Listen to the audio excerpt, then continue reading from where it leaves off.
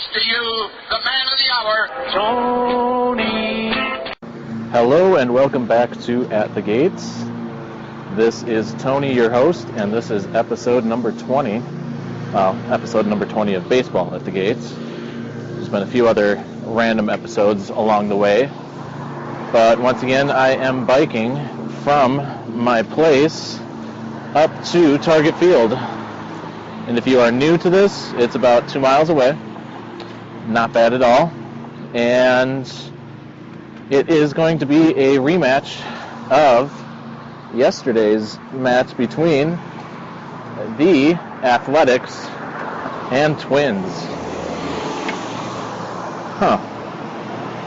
Something's going weird with my bike. Although I'm pretty sure I'm not going to die. Fairly sure. Moderately sure. I shouldn't. Yeah. If you're listening to this, this means that I didn't die. Because I was able to upload it, unless someone found this and knows exactly how I upload my stuff.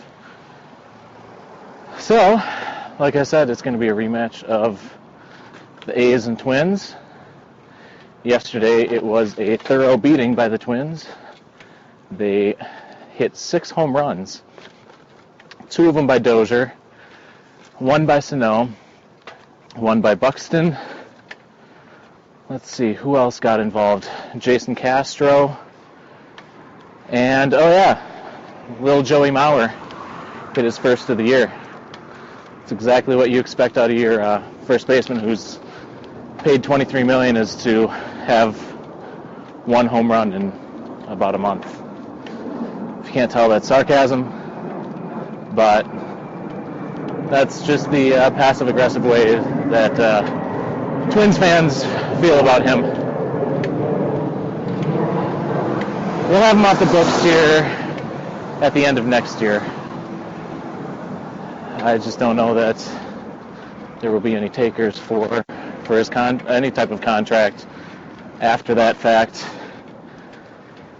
It's not like he's even just hitting 300 with all singles. He's not doing much of anything. No average, not getting on base, definitely no power. It's unfortunate. Young in his career, he was projected for bigger and better numbers than where he's at now. It'll be interesting to see how many years he has left and how many hits he can squeak out. And I would say if he would have been catcher for all of these years, and even with these numbers, he'd still be probably looking at a potential Hall of Fame career. But the fact that half of it has been spent at first base, where you should be putting up power numbers, and this has been his worst when he's been at first, I don't think he's going to make it. It's really unfortunate. It's probably going to be like a Ken Herbeck syndrome, where we're going to love him here. He's going to be good enough to get his number retired, but not good enough to have the ultimate retirement party at Cooperstown. It'll just be at Target Field at some point. But that's getting ahead. Let's talk about the game coming up. Yesterday, we got 7 balls. Today, hoping for about the same. Especially if I'm going to go to the day game tomorrow, I got to put up some big numbers, because I don't want to hurt the average too much, because I'm guessing that tomorrow will be lucky to get 4. So that's the ball scenario. Let's see. Today I'm going to be mainly playing, I believe, if I looked at my tickets correctly, that's right, I have 2 tickets. Because I had a season ticket and then I have a Champions Club ticket.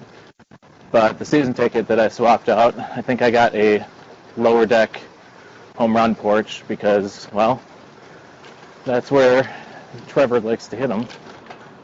He's he's definitely probably going to hit one in the 129, 130 area. And I believe I have a ticket for 130. So we'll see. I'd love to catch his first one back at Target Field, but I'd just be happy enough seeing it in person, especially since I saw his first one as an A. He also really needs to start cranking out a few hits because, like I said yesterday, I want to see him make that All-Star game. He deserves it, at least for the quality guy that he is, and for being in the league as long as he has. Not everyone can stay in the league for 7 years now, and he just doesn't have the numbers this year that warrant it. But like I said before, he's notoriously slow in the beginning of the season, and I'm hoping that he can awaken that bat, even if it does a little bit of damage against the Twins. I'm fine with that because I'll get to see it in person, and because I just like him that much as a player. I am, like I did before yesterday, I'll give you the heads up. I just crossed the 9435 bridge right off of First Ave South, which turned into something else here in a second.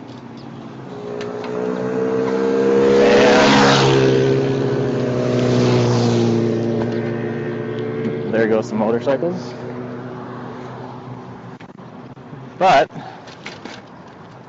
so that means I'm maybe about halfway to Target Field. Maybe not quite. But I'm just looking forward to, actually a little bit anxious and nervous about 3 more games in a row here. I'm trying to tell myself not to get in my head so much, not to worry about balls, because as much as it's been awesome having 4 or more for, God, however many games, I don't remember the running total, but it's quite a lot. It's not something that I have to tell myself it's not something that I absolutely have to do. It's something that's nice, that should be celebrated when it does happen, but not pressured to force myself into, because it's hard enough just worrying about the streak of 1, let alone a streak of 4 or more baseballs. At that point, it's just getting greedy, and I don't want to travel that path. So yeah, I think today I'll be playing more for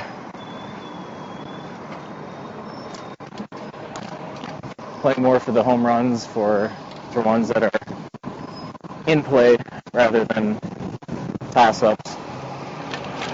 I still will get some toss-ups probably during BP, and hopefully keep the gamer streak alive, and like I said, maybe the streak of 4 or more. But I'm trying to make that transition for going after some home run balls, and I figure what better time than now, because I mean, attendance isn't really great right now, and I might as well give my go at when there's only about 15,000 people in the stadium, rather than in the summer when there's more like 25 or so. But yeah, I know that I took a wrong turn here. That's fine. Be able to correct it just a little bit. I'm over by Loring Park, which normally wouldn't be, but a little bit of a detour. Plus, it's about 3:20, plenty of time. Gates don't open till 5.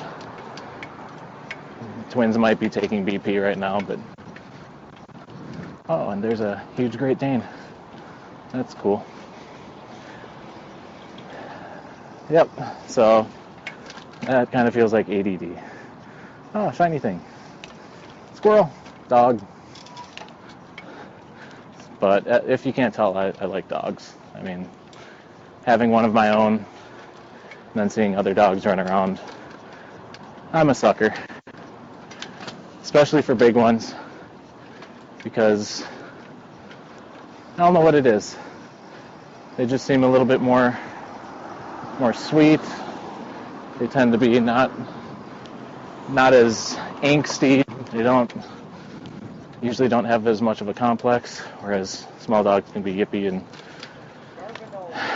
try weirder things.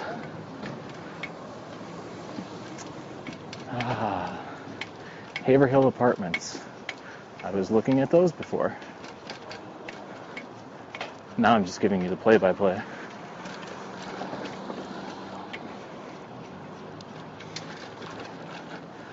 But, there it goes again, that but. Damn it. We're out by the Minneapolis Community and Technical College.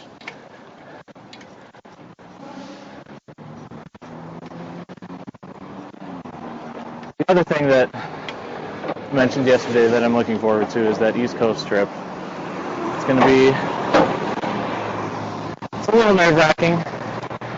Just like I was mentioning before, just even if I'm not nervous at Target Field about keeping the streak alive, keeping other bigger streaks alive like game balls and 4 or more, then that anxiety is probably multiplied a few fold for stadiums that I've never been to. But I have tried to position myself in the best of places, looking for tickets that offer me kind of front row potential, right by dugouts, get that third out toss-up, and even bought 2 different tickets for Cleveland, just in case I get one early, and then can go out to home run territory and pull a hample and get a game home run there. That would be quite wild if I'm able to get a game home run at somewhere other than Target Field, especially since I've only gotten one at Target Field. But at some point I think it's going to happen. I'm going to put myself in a good position here at the home stadium. I'm positive of that. So I'm hoping that this year is the year that I can break that spell and actually go home with a game home run that I caught. I know that I've kind of done that before with Vargas's, but didn't get to bring that one home. Still counts in the standings, but I would just like to be able to bring one home, and I think it's going to happen. It'd be really cool if it was tonight, because then I could just have a quick little addendum at the end of this saying, well, congratulations to me, but that's a bit too much pressure. Just going to let it happen naturally. Plus, it'd be actually kind of cool, though, if it was tonight, because David, the co-host of Ball Hawk Blab, caught one last night in Atlanta. So it'd be really cool if we kind of went back-to-back games with catching a home run.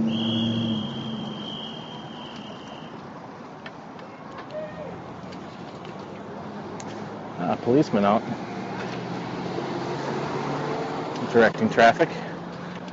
Don't worry, I'm not getting pulled over or something for speeding on my sweet bike. If I haven't told you before, it's a foldable bike. I would highly recommend it, especially for road trips. It's really cool that you can just put it in the back seat or in the front seat, wherever, and just be able to bust it out for wherever you're staying, to just be able to bike to the stadium. I think so far this year I've only biked about 15 miles for stadiums and stuff, but it's it's just nice. You don't have to worry about the parking. You don't have to worry about all of that nonsense about the traffic. If you're within a couple miles, it's actually probably quicker to bike than it is to take a car. Like I mentioned before, it's cheaper. And the foldable one is especially nice because super portable, and I got it for just around $100 on Amazon. So it is money well worth it, because that's only a few trips to the parking garage, and that pays for it. Let's see, I'm going to try to cross. Very good. And Target Field is well within my sight. I am going underneath the parking garages that are right across the street from Target Field. So that means I could see it in about 20, 30 yards. They're doing a lot of construction. If you're going into the area anytime soon, they're doing a lot of construction at Target Center. It's mainly a remodel that they're doing for the Timberwolves. It needs it, but at the same time, I don't know how much the remodel itself is going to help. I haven't seen the plans, but it's pretty damn ugly. We'll see how it looks. Not a big fan of basketball anyways, so it doesn't really affect me. But you can see it from Target Field, so it's one of those things where you hope that it looks good, just so that the neighbors like Target Field don't have to see that terrible turning of the 90s type of architecture. And I forgot that I have to park my bike, but otherwise I am here. How sweet is that?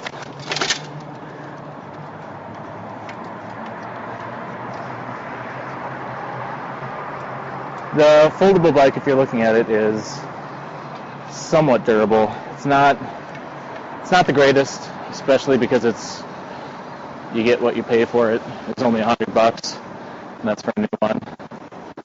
But it's enough that I think that I'll be able to get at least one season out of it, which is really all I can ask for. And excuse me while I lock it up here.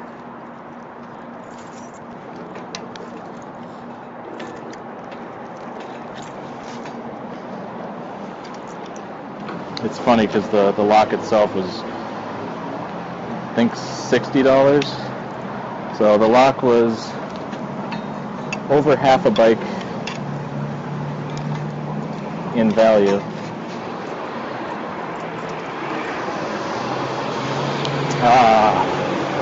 Now I can just walk to the gates. So, going back to what happened yesterday,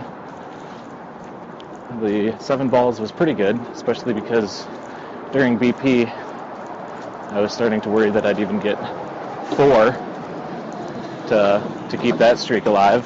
But started off the day, like I told you, getting one outside the gates at about 3:30 or so. Then got inside, came close to a few home runs, but nothing really sailed my way. I was playing right field for the Twins, and Nate, the bullpen catcher, came up with a couple. And on the second one, when I asked him nicely for it, he turned around and tossed it up, so that was the second of the day. Then tried to go over to the left field seats, especially for the A's. Tried to go out there for Plouffe hitting many home runs, but the only one that I saw that he definitely hit was into the upper deck, so that was unfortunate. Didn't come up with any of those. Got one from a A's coach that I couldn't tell who it was. Got a couple game rubbed. What?